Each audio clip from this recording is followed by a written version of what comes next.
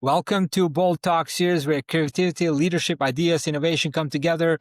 My name is Epi Ludvik, and today I have a privilege to have a short one-on-one conversation with Eric Fletcher, CEO, market strategist, and author of Kindness That Sparked Change. Eric, it's been way too long. It's so great to have you here and looking forward to. How are you, my friend? Great, Epi. I appreciate the opportunity, the invitation. Looking forward to visiting. Yeah, well, we go back to when this was like when I was doing my advertising agency in New York, and you were back then you were the CMO for a law firm. This is like we're talking more than 15 years ago, and I remember like That's right. Twitter back then was hot. Today I'm not sure if that's hot, but that back then it was really hot, especially for marketers. So I'm so glad that I jumped in that platform and I met some amazing people like you and so many people around the world. So it brings me back to great memories. So, but first, let's start when you think back to your earliest days in business. What was the first moment that made you question the ruthless bottom line first culture you were surrounded by? Wow, that's a great question, Epi. I think the first time I realized I questioned it, I think maybe subconsciously I had difficulty with it along the way, but the first time I really realized it was when in the advertising business, I was given basically an ultimatum: sign this client to this particular kind of deal. And I really did not believe in my gut that it was the right solution for the client. And I argued the point a little bit internally at the agency and lost the argument because the approach that I was advocating taking wouldn't have been as lucrative for the agency. In the long run, my argument would be it would have been more lucrative, but I lost that argument, and I started to begin to question whether I wanted to be engaged in a situation where the client's best good was not at the heart of our decision making. But the kindness component really struck me one afternoon when I was having lunch with a CEO of an ad agency. And we were in a restaurant, and you've probably heard me tell this story. I've told it multiple times before, Epi, but the waitress that took care of us on that day, it looked like it was probably her first day on the job and potentially her first job ever. I don't know. But she got his order wrong. And he just turned into a real jerk. He was unkind to her, abused her verbally, and I became incredibly uncomfortable. And it that day it struck me, I don't like hanging around with these people. So that's probably the first time that it dawned on me. Yeah. Yeah, I can imagine. I mean, advertising business is ruthless, right? It's all the numbers. It's all about getting attention. It's really whatever it takes without really going down to that the what does it mean? Whatever it takes. Do we have a criteria? Whatever it takes, right? And so it is really a crazy world. And I know there's a lot of great people in advertising industry, but just the industry No straight question. driven, it's like it's so crazy. And I think the ethic part of it, like it has to be there. Even like today when the startups, like you have some people they go in this startup world, even they've been successful with one or two startups, and they just go for something that they are doesn't really have the real purpose. Just the real purpose is just about money, right? And so that to me is like really challenging. I can't even comprehend how people they're able to sell the soul for that, right? And you probably felt the same. Absolutely. Yeah. And the idea that that I needed to be one way during the day at work and Yeah. then turn that kind of ruthless jerk off as I headed home and be a different person with my family. I just believe there was a different approach. Yeah, I can imagine. Now, Eric, you've spoken about turning point in New York City. This is my home. That Ah, shifted your view and the kindness in yeah. business. How did that single encounter reshape the way you approach every client and colleague from then on? Yeah. This was a moment, one of those moments for me that did change pretty much everything. And to tell it very quickly, I was with a friend of mine named Landon, who we were walking down the street in New York, in Manhattan. And this was back in the and he, what back then we called, referred to, unfortunately, a guy as a bum. A bum approached us on the sidewalk, and he approached my friend and said, "Hey, man, can you spare any change? I'm trying to get to see my mother who's really sick. I just need some money for a bus ticket." And I'm thinking of all the right. And meanwhile, I see my friend who reaches his hand into his pocket and pulls out and hands the guy a $20 bill. In The guy 1980s, was that's yeah, like bucks today or more. $20 was a pretty big. I'm sure he was looking for, a quarter, a dollar at the most, and Landon handed him a 20, and he just was stunned and stammered a little bit and said, "If you'll give me contact information, I'll be sure you get your money back." And now I'm thinking, this is going to be fun. Let's watch this. And my friend says, "No, look, that's a gift. No obligation. Don't want you to feel like you owe me anything." And he wrapped up his encounter with the guy by just saying, "Man, I hope your mom does okay. I hope she gets better."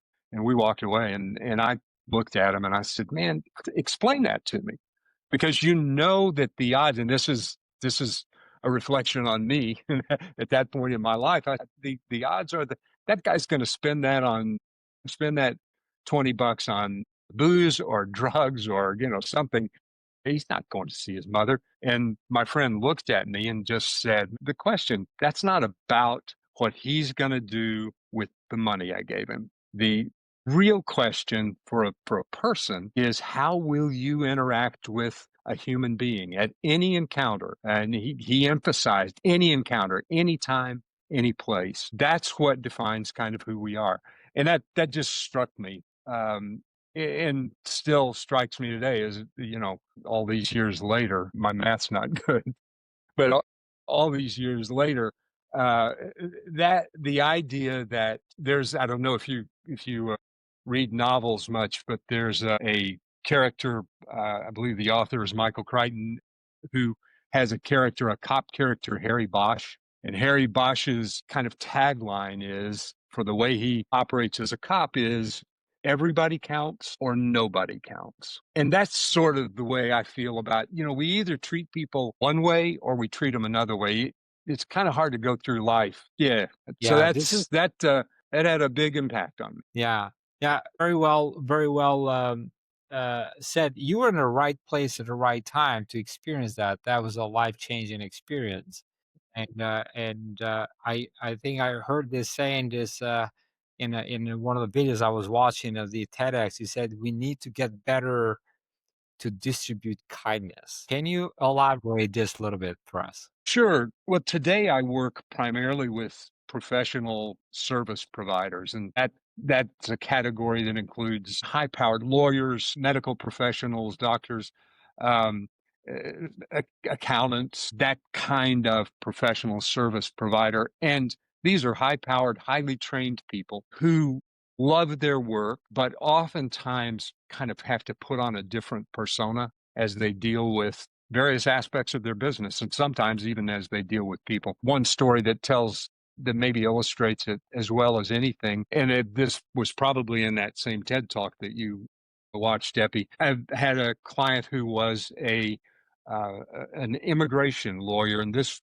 back 6-8 months ago in the U.S., not even that long ago, and he was having struggles with how to, on the one hand, do what he thought he had to do to develop his business as an immigration lawyer, and at the same time worry about some of the implications of immigration related issues in the US that are going on right now, that anybody around the world is familiar with.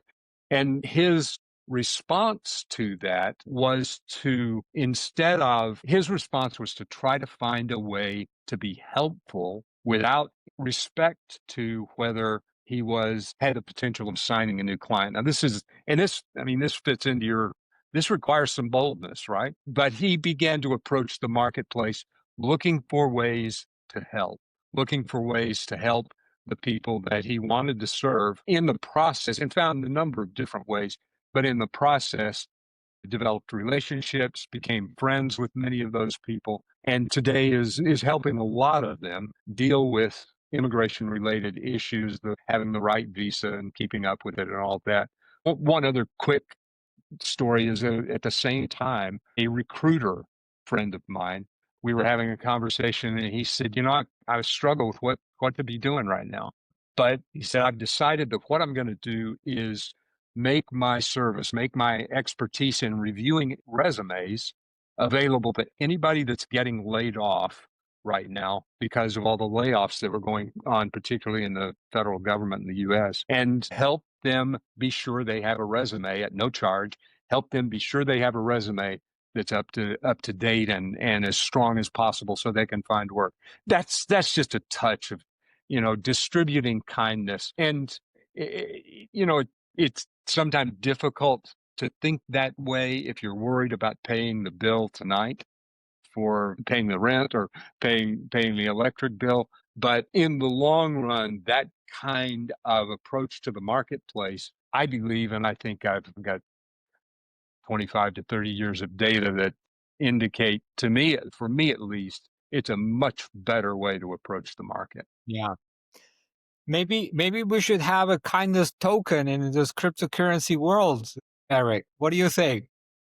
Not a bad idea. Make Not it a bad idea. I the like it. best token. Like, give me a Yeah. kindness. Here's one kindness. I Yeah. think that's it. Yeah. You know, we're in Yeah. the world of ideas. So here's the ideas are flowing now. Eric, this is I incredible, amazing because I think that kindness everyone has. I've traveled all around the world. We've done business in over 30 plus countries, and majority of people are good, genuine people. I think it's just we are caught in this system that truly does not really gives us an opportunity to be kind enough. And Boy, I I think think that's exactly right. this is where we face is. So I'm with you 100%, and I'm really looking forward to take this conversation to the next level, Eric. I will see you in Austin. We'll break bread together. But I'd like to go back a little bit to your roles. You had the CMO roles in major law firms to Mhm. running your own consultancy. What was the most daunting leap you ever took where you did know if it would work, but you knew you had to try it? Yeah, wow. Maybe the most, of course, going from being on someone's payroll to having to make your own payroll, that's a pretty daunting leap. But I kind of grew up in an entrepreneurial environment and I had some of that DNA, if there is such a thing as entrepreneurial DNA in me. But the biggest leap I took was when I decided that I was doing I'd been in business for a couple of years and was doing okay, but I was working ridiculous hours. Wasn't really happy. I wasn't enjoying it that much, but I was staying busy. I felt like I was making progress, paying my dues, right? That's kind of the way we think of it sometimes. The big leap was when I decided I need to be much more strategic and identify, and I remember this day well because my we grew Epi, we're indoctrinated to feel like the world's our oyster, right? Anybody, we can market to everybody. And I sort of grew up with the idea in professionally with the idea that I'll serve anybody. Come through my door, tell me what you need, and I'm going to try to figure out, which is maybe that's a great way to wrap your head around serving people, but it's not a terribly strategic way to do business. The leap I made was to go from thinking the world was my marketplace to thinking that I need to find 5 clients. Who are those 5 clients? And this would be going from, I was used to dealing with retailers down the street, and now I wanted to talk about pitching to Ernst and Young Consulting at the time, and that's a and only and directly marketing to that group of a handful of targets. That was a big leap for me, but it was a real professional turning point because it taught me the value of create our own. We choose the kind of business we want to be in by who we market to. And I Yeah. just don't think we talk about that very much. Yeah. Yeah. Very well said. And to me, I think the reason for me, I'm talking about myself, but the reason why I started my own business is because I wanted to make sure I'm working on and I'm anchored in my values. So I get to work with people that I want to work. Now, that will be harder because I'm not just open up myself and say, "Hey, I'll just take anybody I want." I remember when I started this back in the advertising agency, even though that I was struggling and all that, I said to myself from day one, I ain't taking any pharma advertising, anything that has to, I'm not touching it. That was like we talked about 15 years ago. Not that I had any experience, but I just made a decision. There is a reason for his why if I go back. But the fact of the matter that you really have to be clear. And I truly believe that clarity is power. If you're clear Boy, or powerful and you do much, much more powerful things, and this just rolls, and then you can really work in your kindness. You can really take this kindness to completely next level. absolutely. Yeah. Yeah. Yeah. If you're working in the kind of environment or with the kind of people you want to work with, you've kind of created your market. Now number one, you're just in a better mood, right? But it's a whole lot easier than to be in a position to nurture that kind gene that might be in most of us. Yeah. Now, Eric, in your experience, what separates a good professional services brand from one that clients generally trust and advocate for decades? What separates the good from the great? Yeah, That the that am I professional understanding the question? I brand. think yeah. Yeah, I think that there are 2 and maybe 3 things. One of them is great brands are very clear about who their client is. I spent some time I'm referred to Ernst& and Young a while ago. I spent some time working for them, and they were very clear, had a very clear target list of who they were gonna pursue, and companies were on that list for really specific reasons. They met certain criteria, and that makes everything easier. If you know who you're pursuing, then the marketing and advertising that you create, it has guardrails, it has a purpose. The solutions that you begin to produce in the service industry, that's what we are. We're solutions providers. The solutions that we create have a distinct purpose, have a target. So targeting a specific target list, knowing who their market is. The second is they have found a way to align growth, revenue generation, business development, sales, to align all of that with the life of their professionals, as opposed to much of the time, Epi, many of the clients that I work with feel like they have to wear 2 different hats. They have one hat that they wear when they're doing their professional service thing, lawyer, I know what, but then they have to take that hat off or that suit off and put on a whole different hat or suit to do business development growth, to do the business kinds of the back office kinds of things that are necessary to grow and maintain a business. Great professional service organizations have found a way to align those 2 things so that the professionals don't feel like they have to take off one hat and put on another one. So Yeah, those are the 2 big things, I think. yeah. And I see this often actually. I'm building that new venture that I told you. It has to do with alignment, but alignment with employees, right? Oh, yeah, And it's all about alignment. And a lot of the times when you look at the problems are is because of let's say couples is because they're not in the same page. They're not on the same page. You know, that's exactly. well, it's all about the alignment. So truly, truly believe on that. Now, Eric, uh, you worked through decades in change in marketing from print to all the latest tools. And what has remained constant in building trust with clients, no matter how much the tools evolve in marketing? That's a question for our day, isn't it, Epping? With To AI, wrap, everybody's scared to death of AI. Yeah, yeah. I think the thing that hasn't changed is people hire people that they believe they know and they can trust, and all of the bells and whistles. We're in an office that's packed with technology, and it makes our life easier in many ways. It streamlines tasks. It allows us to leverage new areas. But the thing that is the same is that the interpersonal aspect of doing business, people hire people they know and trust, and they hire us to solve a problem or to meet a need. Those things have never changed. Very well said. Eric, before someone else comes in and Like I did.